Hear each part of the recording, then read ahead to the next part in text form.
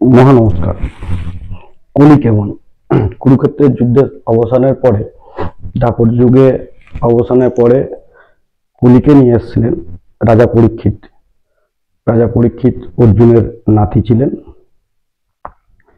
কুরুক্ষেত্রের যুদ্ধের পরে পঞ্চপাণ্ডব ভগবান শ্রীকৃষ্ণের কাছে জানতে চান যে কলির মানুষ কেমন হবে, সেটা তারা জানতে চান। বলে, যাও দেখে এসো কলি কেমন হবে। কলি কেমন হবে পঞ্চপাণ্ডবকে পাঠিয়েছেন। প্রত্যেকে বলেছেন, ভগবান বলেছেন যে যা ইউনিক জিনিস দেখবে সেটাকে তোমরা আমায় বলবে। প্রথমে 5 ভাই দেখে এসছেন, কার কোনটা অড লেগেছে, ইউনিক লেগেছে। তো প্রথম কথা, যিনি যুধিষ্ঠিরকে বলে, যুধিষ্ঠির কি দেখলে? বলেছে, বাসুদেব দেখলাম একটা দুমুখ হাতি, একটা মুখে দিয়ে জল খাচ্ছে আর একটা মুখে বাইরে রেখেছে। হ্যাঁ, কলির মানুষ এরকমই হবে, দুমুখ হবে। তোমার সামনে একরকম কথা বলবে, তোমার পিছনে একরকম কথা বলবে, অন্তরে তার একই রকম জিনিস আছে, বাইরে কিন্তু আলাদা। যুধিষ্ঠিরের পরে ভীম কি বলছে, ভীম তুমি কি দেখলে? ভীম বলছে, একটা সদ্যজাত গোবৎস, মানে বাছুর। বাছুরটা তার মায়ের দুধ খাচ্ছে, কিন্তু তার মা তাকে এত চাচ্ছে, চেটে চেটে চেটে চেটে সন্তান বাৎসল্য যেটা বলে, সেই সন্তান বাৎসল্যে কি হচ্ছে, রক্ত বেরিয়ে যাচ্ছে, তবু তার হুঁশ নেই।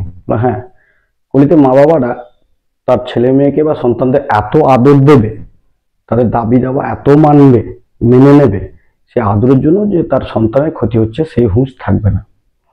অর্জুন তুমি কি দেখলে? অর্জুন বলছে, আমি দেখলাম গঙ্গায় একটা মরা ছাগল ভেসে যাচ্ছে,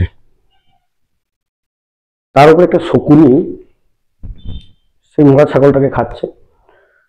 শকুনি যখন মরা ছাগল খাচ্ছে, সেই শকুনিটার একটা ডানাতে একদম বেদের সংস্কৃত শ্লোক লেখা আছে, আর নামাবলী গায়নে আছে আরেকটা। হ্যাঁ, কলিতে তাই হবে। মানুষ ধর্মের বেশে, ধর্মের মোহে পড়ে মানুষ ক্ষতি করবে, প্রচুর ক্ষতি করবে। ধর্ম যখন মোহে ধরবে, ভেগধারী মানুষ বেশি ঘুরে বেড়াবে, এবং ভেগধারী মানুষ নিজেকে সৎ প্রতিপন্ন করার জন্য ধর্মীয় বেশটা সে ধরে নেবে, ধর্মীয় পোশাকটা সে ধারণ করবে। নকুল বলছে, নকুল তুমি কি দেখলে? বলছে, আমি দেখলাম দুটো কুয়ো, একটা প্রচন্ড গভীর, কিন্তু সেই কুয়োতে কোনো জল নেই, আর একটা কুয়োতে এই অল্প গর্ত, কিন্তু সেখানে জলে পরিপূর্ণ। হ্যাঁ, কলিতে জ্ঞানী মানুষ যারা, তারা বড় একাকী থাকবে, তাদের মান সম্মান থাকবে না, তাদের দাম থাকবে না।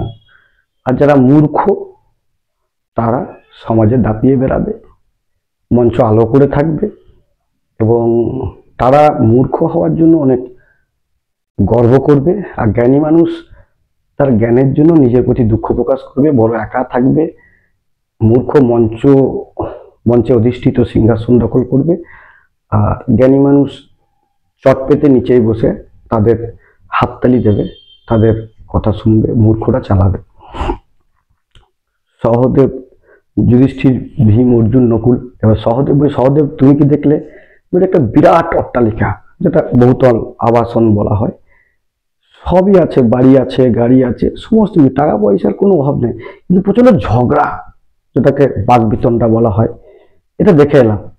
ঠিকই দেখেছো, কলিতে মানুষের ধন সম্পদ, অর্থ, ঐশ্বর্য সমস্ত কিছুই থাকবে, যেটা থাকবে না মানসিক শান্তি, মানসিক আনন্দ। নমস্কার, সবাই ভালো থাকুন। মহা নমস্কার।